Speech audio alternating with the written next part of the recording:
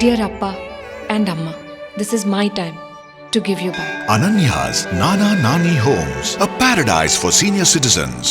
2024-25 நிதியாண்டுக்கான மத்திய பட்ஜெட்டை நிதியமைச்சர் நிர்மலா சீதாராமன் நாடாளுமன்றத்தில் தாக்கல் செய்தார். வரும் ஏப்ரல் மே மாதங்களில் மக்களவைத் தேர்தல் நடைபெறவுள்ள நிலையில் நிர்மலா சீதாராமனின் இந்த இடைக்கால பட்ஜெட் வெகுஜன எதிர்பார்ப்பை ஏற்படுத்தியுள்ளது. இது இடைக்கால பட்ஜெட்டாக இருக்கும். 2024 மக்களவைத் தேர்தல் முடிந்து மீண்டும் ஆட்சிக்கு வந்த பிறகு முழு அளவிலான பட்ஜெட்டை தாக்கல் செய்வோம் என மத்திய இணையமைச்சர் தர்ஷனா ஜர்தோஷ் கூறியிருந்தார். இதனிலையில் இன்று காலை 11 மணிக்கு அமைச்சர் பட்ஜெட் தாக்கல் செய்தார். இந்த இடைக்கால பட்ஜெட்டின் முக்கிய அம்சங்கள் குறித்து பார்ப்போம். நாட்டில் 80 கோடி மக்களுக்கு ரேஷன் நலத்திட்டங்கள் சென்று சேர்ந்துள்ளன.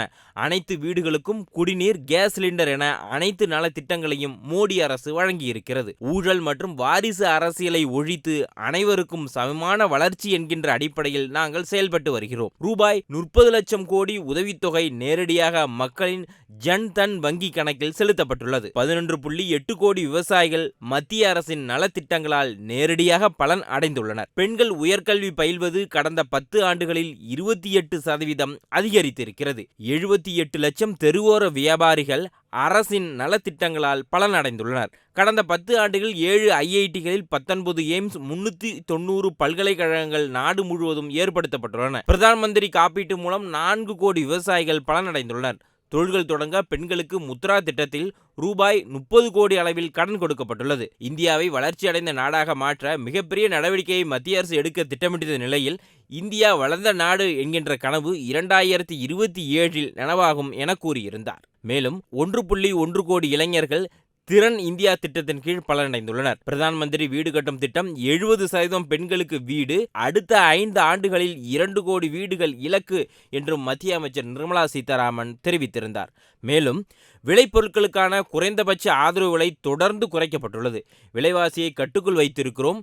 விளைபொருட்களுக்கான குறைந்தபட்ச ஆதரவு விலை தொடர்ந்து உயர்த்தப்பட்டும் வருகிறது. மேலும் வீட்டு மொட்டை மாடியில் சோலார் அமைத்தால் 300 யூனிட் மின்சாரம் 1 கோடி வீடுகளுக்கு இலவசமாக வழங்கப்படும்.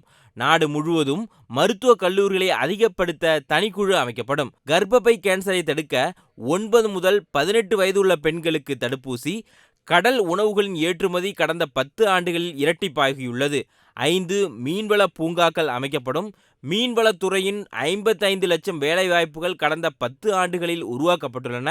ஊட்டச்சத்து குறைபாடுகளை சரி செய்ய புதிய செயலி அறிமுகம். ஆராய்ச்சி மற்றும் புத்தாக்க திட்டங்களை ஊக்குவிக்க ரூபாய் 1 லட்சம் கோடி நிதி ஒதுக்கீடு. தொழில்நுட்பத்துறை சார்ந்த இளைஞர்களுக்கு இது பொற்காலம்.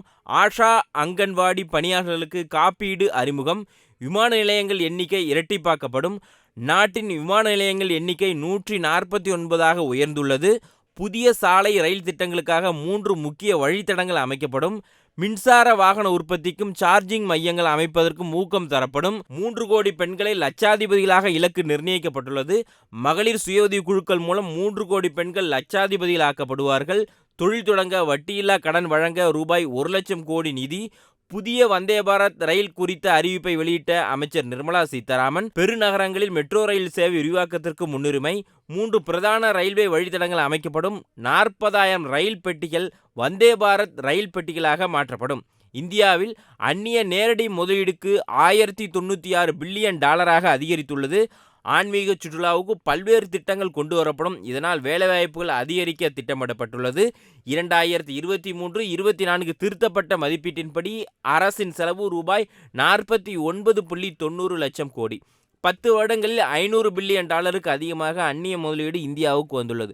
உள்கட்டமைப்பு செலவு ரூபாய் 11.11 லட்சம் கோடியாக அதிகரித்துள்ளது. லட்சத்தீவின் உள்கட்டமைப்பு மற்றும் சுற்றுலா தேவைகளை அதிகரிக்க நடவடிக்கை. 2024-25இல் இந்தியாவின் நிதி பற்றாக்குறை 5.1க்குள் கட்டுப்படுத்தப்படும். 2024-25இல் இந்தியாவின் நிதி பற்றாக்குறை 5.1%க்குள் கட்டுப்படுத்தப்படும். 2025-26இல் இதை 4.5% குறைக்க திட்டமிடப்பட்டுள்ளது. மாநிலங்களுக்கு வட்டியில்லா கடனாக ரூபாய் 1.3 லட்சம் கோடி வழங்கப்படும். வருமான வரி செலுத்துவோரின் எண்ணிக்கை 8 கோடிக்கு மேல் இருக்கிறார்கள். இதன் காரணமாக நாட்டின் நேரடி வருவாய் என்றைக்கும் இல்லாத அளவுக்கு அதிகரித்துள்ளது. வருமான வரி செலுத்தும் நடைமுறை மேலும் எளிமையாக்கப்பட்டுள்ளது.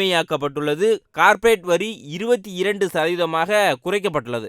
தற்போது வருமான வரி ரிட்டர்ன்ஸ் 10 நாட்களில் வழங்கப்படுகிறது. வரி விதிப்பில் எந்தவிதமான மாற்றமும் இல்லை. பழைய வருமான வரி சலுகை எந்த மாற்றமும் இல்லாமல் அப்படியே தொடரும். இறக்குமதி வரியில் எந்தவிதமான மாற்றமும் இல்லை. மாதாந்திர ஜிஎஸ்டி சராசரி வசூல் ரூபாய் 1.66 லட்சம் கோடியாக உள்ளது. நேரடி மறைமுக வரி விதிப்பு விகிதங்களில் எந்தவிதமான மாற்றமும் இல்லை.